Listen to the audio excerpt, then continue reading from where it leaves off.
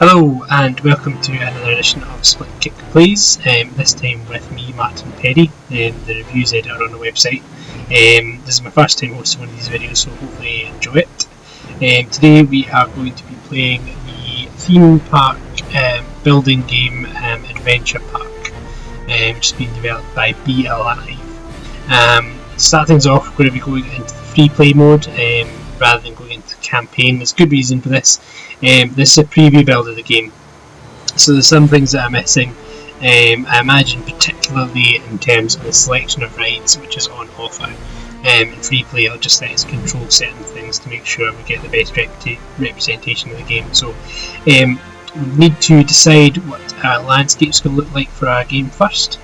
I'm just back from the African coastline. I was on vacation, so I think we'll go with African coastline, with this African looking coastline. We've got mountain lake landscapes, Death Valley, jungle, these types of things. We're going to the coastline. I'm going to give myself unlimited credit. I'm going to set my park level to 2 stars. The park level is really important. It basically dictates exactly how grand your rides can be, and it also sets the expectation of your park visitors. So a 5-star park really needs to have rides that are going to blow their mind. A 2-star park can have pretty decent rides. And as it stands, it's kind of what we've got available to us in this preview build, so that's all good. Give myself a bit of extra credit just to make this all awesome. Okay, so we'll get started. The pirate theme is played up a lot in the menus, and that seems to be the pirate theme which is kind of most well developed at this stage in terms of selection of rides, so it kind of explains that. Got our park here. All the ground that you seem to be given in the free play and the campaign has been previously used, so there's a bit of cleaning up to be done to begin with. These are the demolition tools on this left hand side menu. It really gives you access to everything you need to make a good park. You can demolish everything or specific things, so trains, plants, paths, fences. First thing we want to do is get rid of this fencing here, because it just kind of gets in the way. I think these fences, these gates rather, are not what they've been treated as. Path? Ugh, we'll leave them in, whatever. Okay, so we need some area, some space to reset up our rides. Just going to go influence the terrain. We're going to raise terrain level over here to get rid of this water right here. And we're going to demolish the plants a little bit. One of the things I've noticed is that people who visit the park are really big on there being lots of decorations. So I don't want to delete everything. Just going to smooth things up and delete these decorations. Kind of moving about the screen is controlled by going left, right, up, down, like this to move around. It's okay, it's a bit it makes sense. You can use the keys at the same time as well, up, down, left and right keys. You do sometimes kind of try and find yourself kind of moving away from what you want to look at, never mind. So the first thing a theme park needs is rides. We're going to build a Kraken.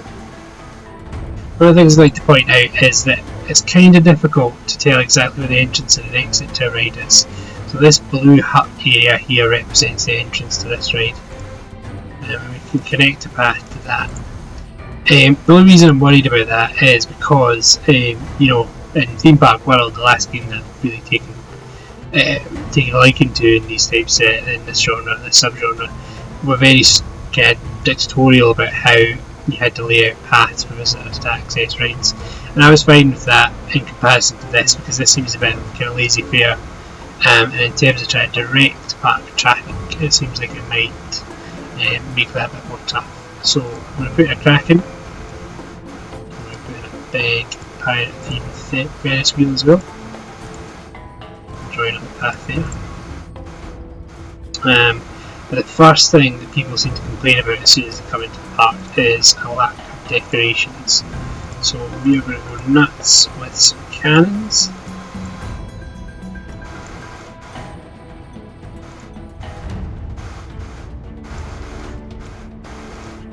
Some cannons. More cannons. cans, big on cans.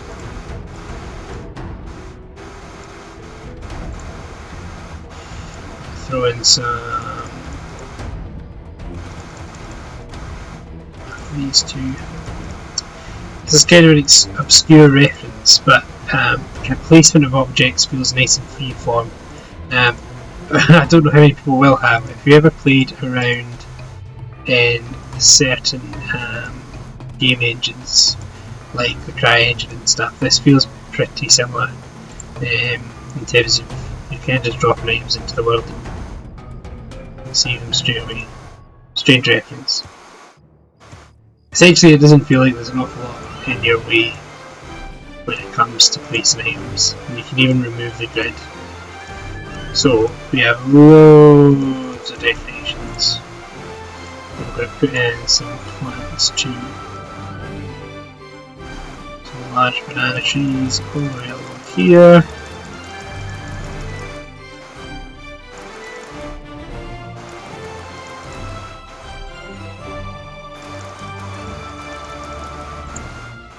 And some strawberry too.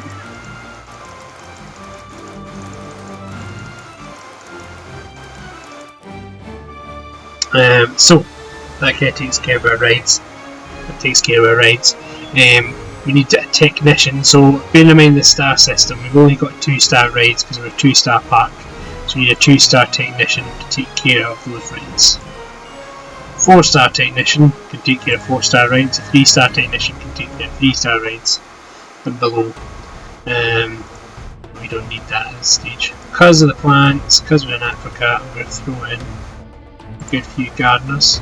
The hiring system is really straightforward. It's basically just based on salary, as you can see here, and salary goes up depending on expertise level. We're going to throw in a couple of cleaners.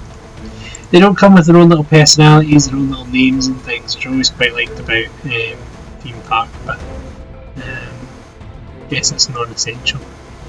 We've got our services here. Need to throw in some bins, some trash cans. Because we want to have a clean and tidy park.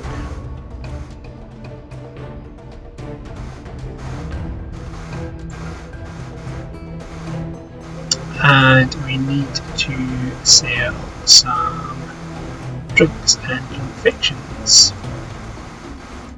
So I'm going to throw in some drinks machines, some snack machines, and some candy machines.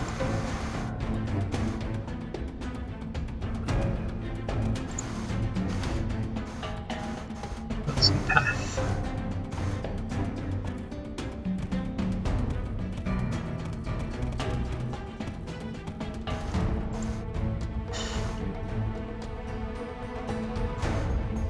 Some things there. Care for that area. More trees.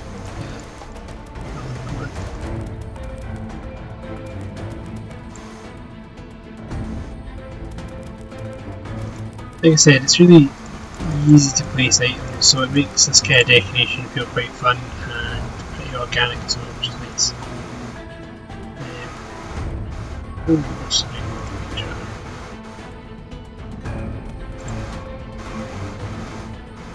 Some of these kind of geeky head guys coming on here too. Oh, we've got an icon above this guy. You'll see these icons above visitors as well, so we're going to click on him and find out what his issue is.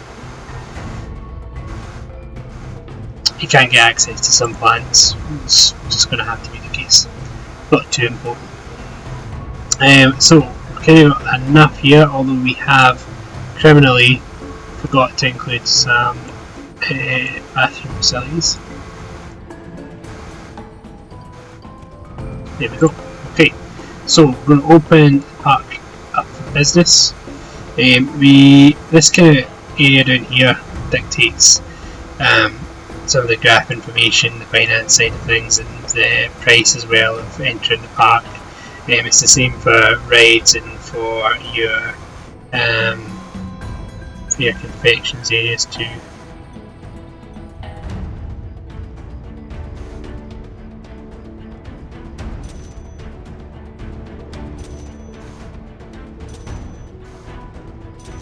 plants that you can't get access to. We'll just leave it at 1 because it means we'll get plenty of people in to see how the pack gets on to begin with. But what we will do is affect the prices of these machines. So we go to the snack machines, or drink machines, or candy machines, and click this button here. We access the goods overview. Got 1 and 2 star products on this snack machine. We're going to have some royal sandwiches and some cold calzones. We're going to have them at 2 and keep the chips at 1. And we're going to click this button to affect the prices of all of the items in that machine. We'll do the same for the drinks machines. The pricing convention for this kind of does seem to be, you know, star to dollar, if you like. It's pretty straightforward. I don't know if there'll be more flexibility in that as you go along.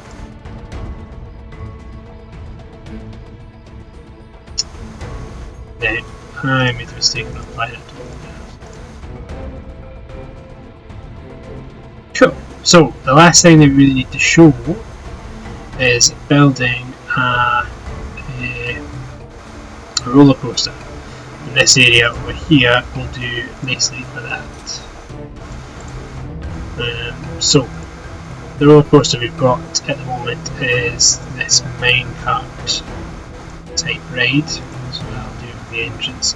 Now the game lets you monitor the performance statistics of your rides, and in the case of roller coasters that's things like max speed and the G's that people pull as they go around.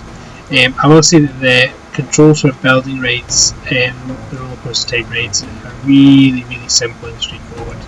Now I know that there are games out there which, you know, are really roller coaster simulators and cater to the hardcore, but I'd say that this is definitely a more casual experience, and building the ride seems to be based more on just kind of like keeping things pretty simple and fun.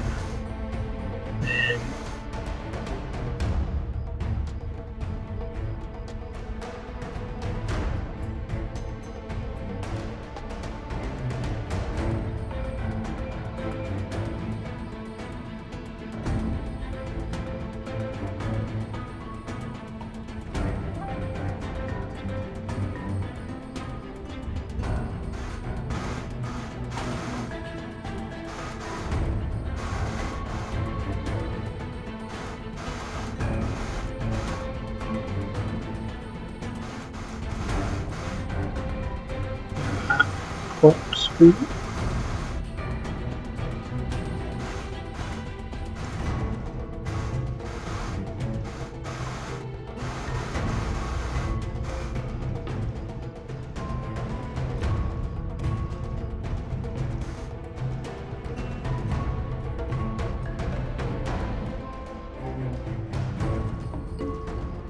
Upgrade the problem for myself here where I can.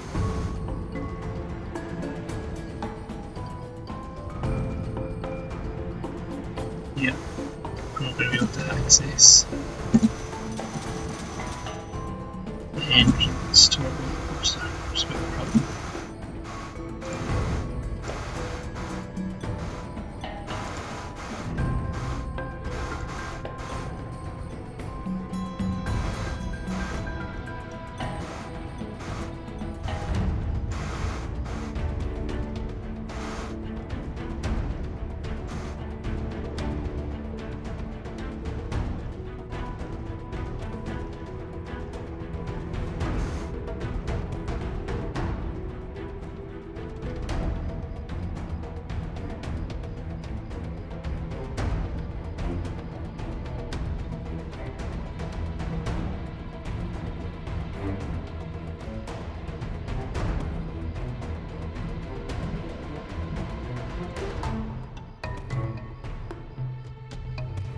This is pretty good.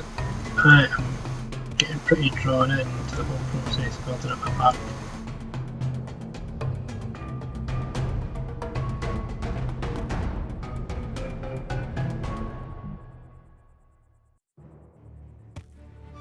Here we go. Now, click on a raid, we can see the max G's that they pull as they go around in both the front cart rear cars. So I think this area will be pretty good for that. So we'll just watch that before we finish up. Some tab at the top here, we're playing faster, your balance, and the missions menus and things. Oh, nah, max cheese below one. Never mind. The missions area, what people are thinking, all that kind of stuff is pretty good.